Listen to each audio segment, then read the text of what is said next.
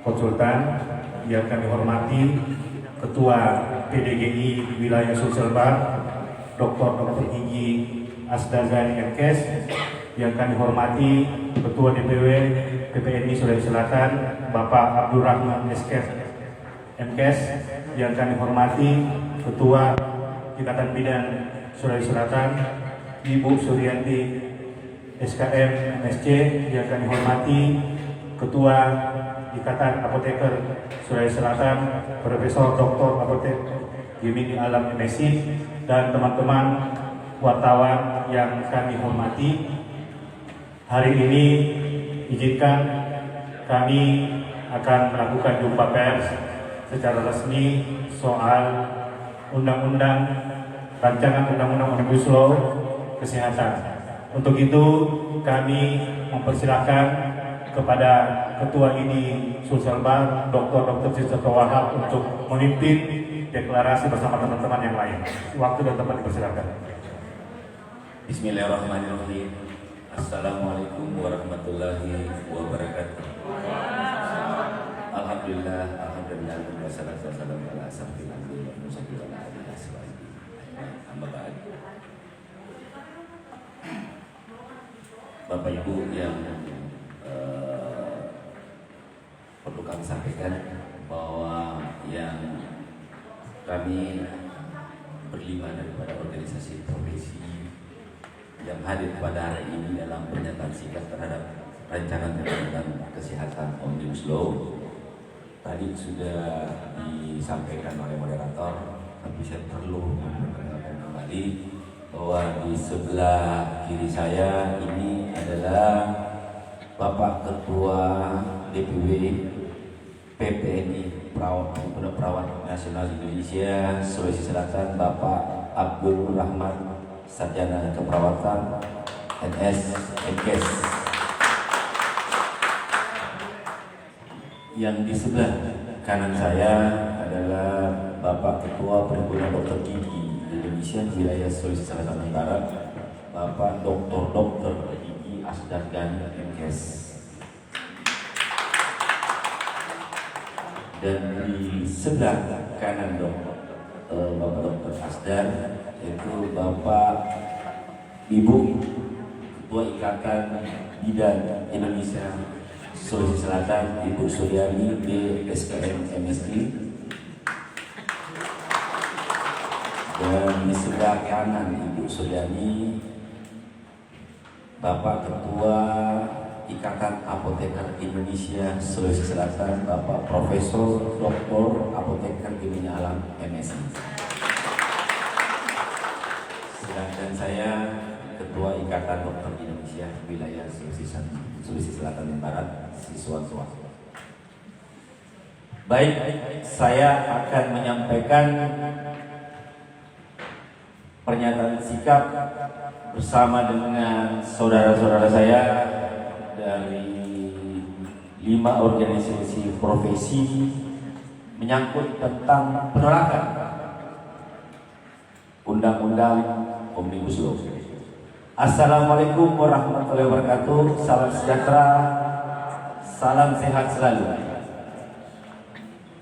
Kesehatan merupakan hak setiap warga negara, menjadi hak universal di dalam Universal Declaration of Human Rights yang dideklarasikan pada tahun 1948 dan hak yang dilindungi serta diamanahkan oleh Konstitusi Negara Undang-Undang Dasar Republik Indonesia tahun 1945 pasal 28 ayat 1 bahwa setiap orang berhak hidup sejahtera lahir dan batin, bertempat tinggal dan mendapatkan lingkungan hidup yang baik dan sehat serta berhak memperoleh pelayanan kesehatan.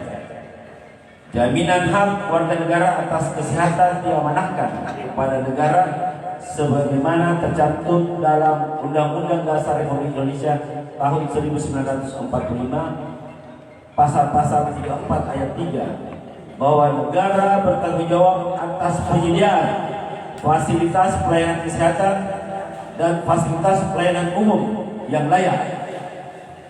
Negara dalam hal ini pemerintah menjadi aktor utama dalam menjalankan tanggung jawab ini. Namun dalam perubahan paradigma government menjadi governance, maka pemerintah memerlukan aktor lain, yaitu pemangku kepentingan lainnya, stakeholder dan masyarakat. Dalam konsep governance ini menitikberatkan pada perimbangan peran-peran stakeholder dalam lahirnya kebijakan-kebijakan publik. Situasi pandemi COVID-19 telah memberikan pelajaran dan peringatan kepada semua pihak bahwa permasalahan kesehatan tidak bisa diselesaikan sendiri oleh pemerintah. Diperlukan kolaborasi dan sinergitas. Semua pemangku kesehatan harus digedepankan untuk memperbaiki sistem kesehatan saat ini dan pada masa akan datang. Sehubungan dengan penetapan program legislasi nasional Prolegnas prioritas oleh DPR RI, di mana salah satu rancangan undang-undang yang menjadi agenda perubahan adalah rancangan undang-undang kesehatan Omnibus Law.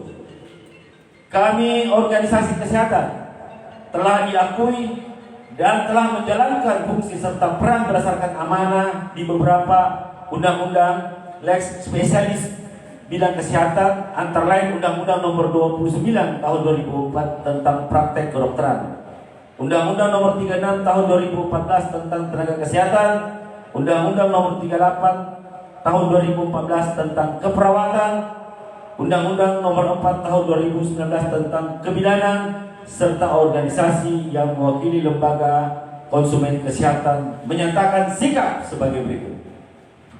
1.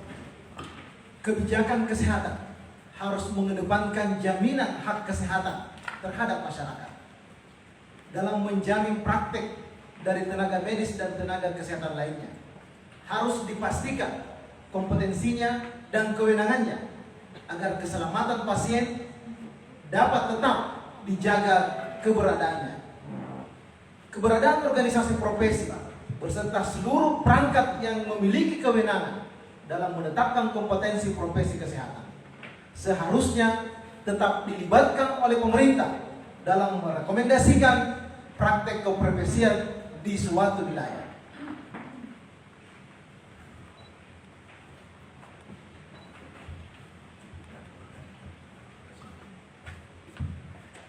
Hal paling urgen yang saat ini harus dilakukan pemerintah adalah memperbaiki sistem kesehatan yang secara komprehensif, berawal dari pendidikan hingga ke pelayanan. Sekian banyak tantangan seperti persoalan penyakit-penyakit yang belum tuntas, misalnya TBC, gizi buruk, kematian ibu dan anak, penyakit-penyakit triple burden yang memerlukan pembiayaan besar. Pembiayaan kesehatan melalui sistem JKN dan pengelolaan data kesehatan di era kemajuan teknologi serta rentannya kejahatan cyber haruslah dihadapi dengan melibatkan stakeholder dan masyarakat.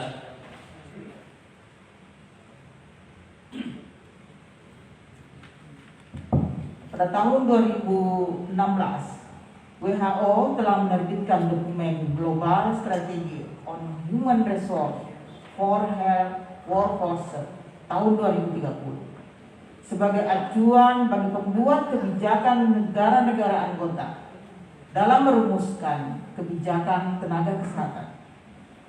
Pemangku kepentingan yang dimaksud dalam dokumen ini bukan hanya pemerintah, tetapi juga pemberi kerja, asosiasi profesi, institusi pendidikan, hingga masyarakat sipil.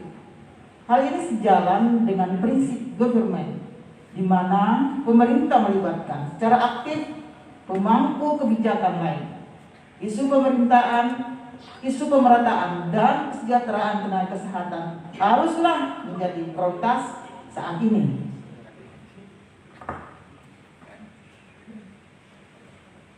Selanjutnya, data yang kami peroleh di halaman DPR RI di link yang sudah akan disampaikan nanti, dan sesuai dengan lampiran surat keputusan DPR RI nomor 8 DPR RI garing 2 garing 2021-22 bahwa RUU Kesehatan Omnibus Law tidak ada dalam daftar tersebut. RUU ini baru termuat dalam berita balik DPR bahas daftar usulan prioritas prolegnas prioritas 2023 pada tanggal 29 Agustus 2022 yang merupakan RUU usulan DPR. Lalu kami mendapatkan informasi RUU ini telah ditetapkan oleh Balik DPR dalam daftar prolegnas prioritas tahun 2022. Pada tanggal 21 September 2022 tertulis bahwa RUU ini dalam prolegnas perubahan ketiga tahun 2020-2024 tertulis RUU tentang sistem kesehatan nasional. Dalam penelusuran kami, RUU sistem kesehatan nasional diusulkan pada tanggal 17 Desember 2019, namun terkait draft naskah akademik maupun RUU-nya belum pernah kami dapati.